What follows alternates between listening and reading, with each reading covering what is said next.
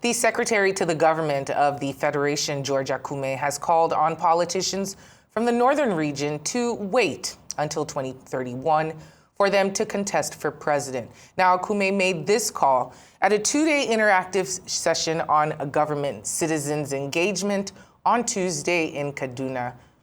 The event had the theme Assessing Electoral Promises, Fostering Government Citizens Engagement for National Unity, and was organized by the Sir Amadu Bello Memorial Foundation. He said that the government of President Bola Tinubu had spent 2 years and 2 months, adding that the achievements were fundamental and remarkable. We're now being joined by former National Vice Chairman Northwest of the All Progressives Congress, Dr. Salihu Lukman, to examine this call and how that fits in with democratic tenets. He'll also be speaking about his warning to the leadership of the newly formed African Democratic Congress against the imposition of candidates ahead of 2027's polls. Good to see you. Thank you so much for joining me here on Newsday. Thank you, Hawa. Again, I have to correct, I'm not doctor, please. I'm just simply Salihu Lukman. Fair enough. The SGF, George Akume, recently called on northern politicians not to vie for the presidency until 2031, as we just read in the intro. And as a prominent voice from the Northwest and a former APC National Vice Chairman, what's your immediate reaction to this statement? Do you feel like it's a strategic move for party cohesion, regional balancing? What could be the motivations? Well, I think to be diplomatic is to say such a statement, to say nobody should aspire for the presidency when election is taking place, can only come from an illiterate. And the secretary to the government certainly is not an illiterate. He's a respected citizen who I assume is a Democrat and knows what democracy is all about. Once election is going to take place, it presupposes there is a vacancy. And by the Constitution of Nigeria, forget about internal arrangement within parties. Anybody is free to aspire and contest for position. And to that extent, therefore, his statement is, I will say, is completely out of place and of no effect at all.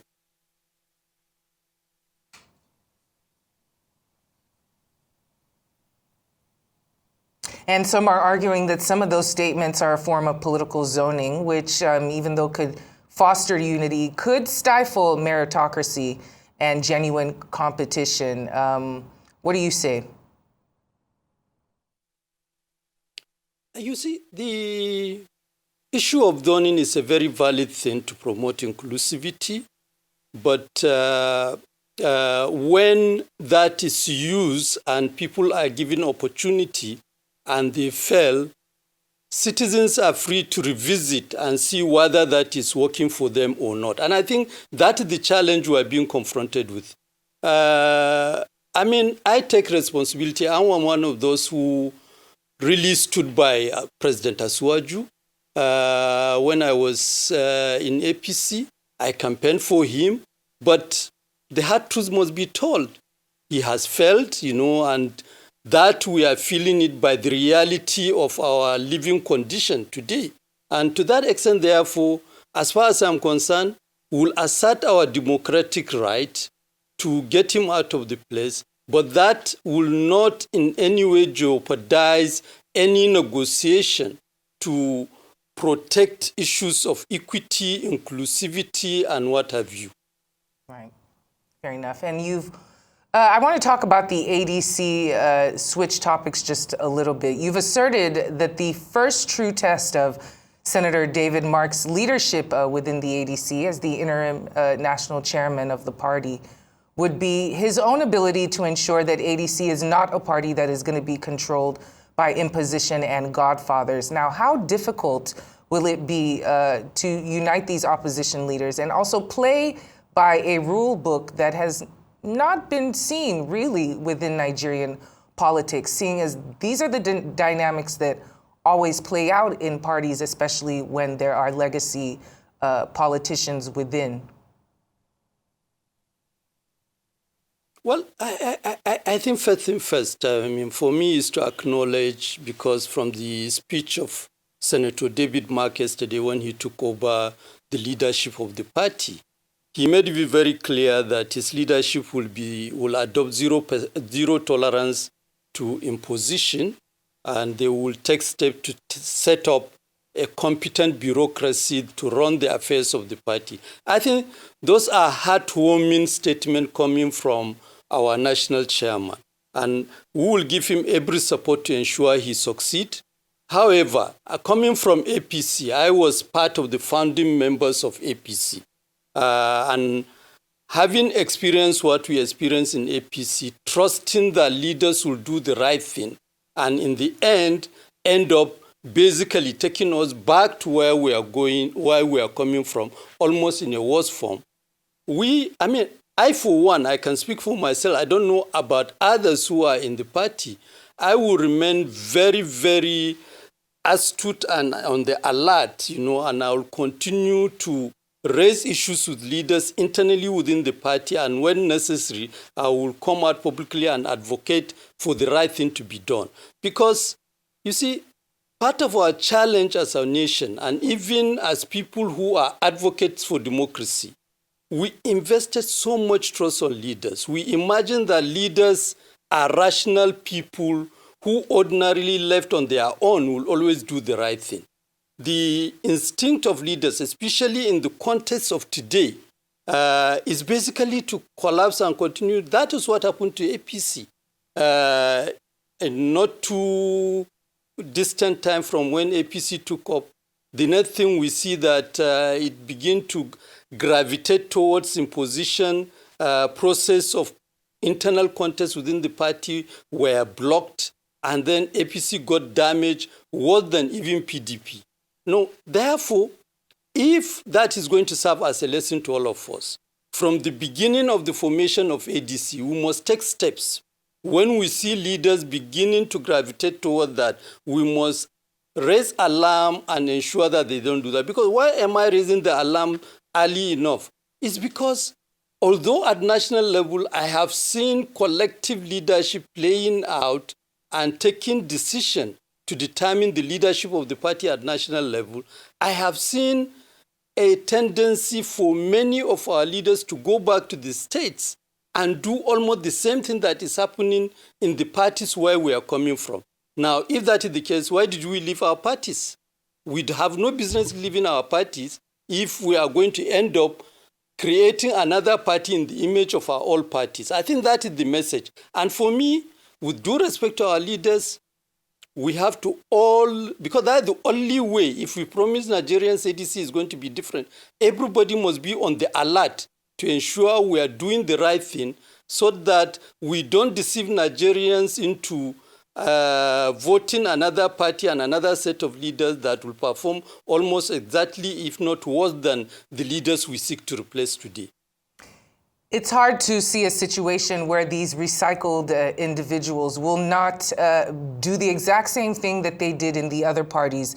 I'm not even sure how lessons can be learned when personal ambition and competition completely blind the characters that we're discussing. But I want to talk about the role party leaders play in either preventing or facilitating this candidate imposition and this godfatherism. What actionable measures can party leaders actually take to ensure a more democratic and transparent candidate selection process? Is it possible? Well, again, it takes me back to the point I raised earlier. Because we expect leaders to do the right thing, the process of even setting up the rule of the party, we leave it in the hand of party leaders. Now, APC, we just negotiated to take over ADC now. And part of the agreement we reached with the former leadership of ADC is that we review the constitution of the party and put in place a new model constitution. But again, and I have had this comment over and over, the problem is not the constitution, it's not the law, but the operators of the law. I will stretch it further. Sometimes we as members, people imagine you are only relevant when you are in position of leadership. as ordinary members, we have important role to play. Once we are not submissive to leaders in such a way that we indulge them to do the wrong things, they will sit up. So I think moving forward, and this is where I think we need to agree that even though we are working with the same old leaders, we can create a condition that is almost impossible for them to do the wrong thing by ensuring that at all time when they do the wrong thing, we step forward and say, no, sir, you are doing the wrong thing. That is not acceptable. And that will check them, even if they can be audacious and arrogant to think that they have the power to do it. If you raise it 1, 2 times, and everybody is not the same. There are many leaders who ordinarily, if they are alerted in the wrong direction, they will comply. But because people are not alerting them, we end up where we are today. So, my sister, I will say that, sincerely speaking, Nigerians have to realize angels are not going to come down from heaven to fix this country. And the era we are told in the religious scripture, the era of prophets is gone. So another prophet is not going to come to fix Nigeria. It's we human beings, we citizens of Nigeria, that have to rise up and make all the necessary sacrifice. I tell you, the biggest threat people like us will face is that at the end of the day, even when we win election, we are not going to be part of people to be considered for appointment or whatever. I mean, you don't need to survive. I mean, all you need to do is to organize yourself properly, and God will take care of you. That is my conviction. Fair enough. Now, you were talking about having systems where other people would tell the leaders that they're doing wrong, and hopefully the leaders would course correct. And you said in some cases these leaders aren't even aren't told that they're heading down the wrong course, and they continue. But don't you think it's crucial to, even before you become a leader, have some kind of internal mechanism that allows you to determine right from wrong in terms of your constituents and in terms of human relations and just et cetera? Isn't that critical? But also, what steps or reforms do you believe could be crucial for political parties in Nigeria, including the ADC, even the APC, to embrace, even implement for internal democracy and candidate selection to be more transparent? Well, I won't waste my time talking about APC, sincerely speaking. I have spent many years advocating for reform within APC, and clearly they are not interested, and that is not their priority, which is why we left the APC and come to where we are now.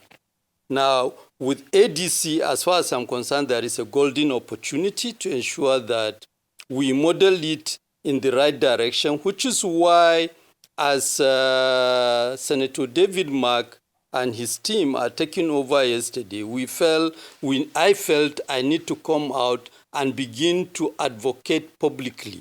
There are internal advices that one is giving also, but part of the thing is that I also want to encourage Nigerians who are interested in seeing a model good party to come and join us and know that there are people internally within the party who are also committed in ensuring that leaders do the right thing. I think from the way Senator Mark and his team have started, all they need is to have followership as members of the party who will strengthen their hands so that when they are surrounded by the same leaders who want to do the wrong things, they can know that they have allies among the party membership. Now, I think stretching the issue to try and answer some of the issues you raised about how imposition can be prevented. One of the things that has happened to almost all our parties is that meetings don't take place. APC, for instance, although National Executive Council meeting is supposed to be taking place every quarter, they now hold meeting only when they have challenge to replace national chairman. Other organs don't even exist as far as the leaders are concerned. Now, we must make a difference. When meetings are taking place, we must also encourage, that is what we want to see happening in ADC. We must also encourage members to be outspoken, to raise issues and use the meeting as a platform to negotiate what should be the decision of the party. And we will appeal to leaders, especially Senator David Mark, who should be able to encourage that by showing good tolerance. And he has started very well. And I think we need to strengthen his hand to ensure that other leaders are also tolerant and allow internal debate. We can't have parties that operate almost as a cult. No debate is taking place, and when people raise issues, they get criminalized and threat of. I have gone through that in APC. People threaten me with expulsion, suspension, and what have you, simply because you are challenging leaders to do the right thing. Sincerely speaking, if Nigeria is to move forward, we must summon the courage to continue both internally and in whatever capacity we find ourselves, to engage leaders and contest issues with them based on the commitment to get them to do the right thing. In any case, when they do the right thing, who take the credit? It's not the ordinary member like me who is agitating for it. The people who take the credit is the leadership. True. And you're right, it is quite challenging to have a checks and balances system when the people who do check the leadership do get villainized and there's retribution for it. But both the SGF Akume's statement and your warning as well, they address issues that are related to democratic principles of fairness in the political landscape. How do these two seemingly distinct issues reflect the broader challenges that we have facing our democratic consolidation within Nigeria? And what is your own message to political leaders and actors as 2027 draws closer and everyone continues wrangling for elections? Well, in terms of how those issues resonate to the broader challenges of building democracy in Nigeria, is basically to look back where we are coming from. Under military, we are all complaining that our freedoms are being trampled upon, and that we are unable to speak out. Now, under democracy, which is supposed to give us that power and those rights to be able to speak out and use that to negotiate how to move our nation forward, we are in a way almost imposing on ourselves those same conditions we are coming out from under military rule. And I think we need to break away from that. In a way, it's our own complicity that is strengthening the hands of leaders to continue to dominate us in a way that doing the right thing become basically the only thing that can happen. Today, people in government, and they are my good friends, many of them are my good friends, say a lot of things that they know they are lying. For instance, when they say President Asuwaju is doing very well, he's a wonderful leader, he's surpassing the achievement of people, they know they are lying, and nobody within APC is coming out. I see my good friend who is the spokesman. Interestingly, both the spokesman of President Asuwaju, Bayo Onanuga, and the spokesman of APC, they are all my good friends. I see them always lying publicly. But these are people, when we were in the trenches in the struggle for democracy, they were in the forefront of being able to courageously tell leaders, including taking risks, to be outspoken. What is so difficult if we find ourselves in the privileged position we are occupying today, to step forward and tell our leaders exactly those old things we used to tell military leaders. I think we need to break away from that. If there is anything I hope to achieve, is to encourage Nigerians to really see the possibility that when you speak out, you can impact in the initiative of leadership to be able to do the right thing. I think that will be what the message I want to leave. And we'd like to thank you so much for joining us this afternoon. Salihu Lukman, former APC National Vice Chairman, thank you for joining us on Newsday.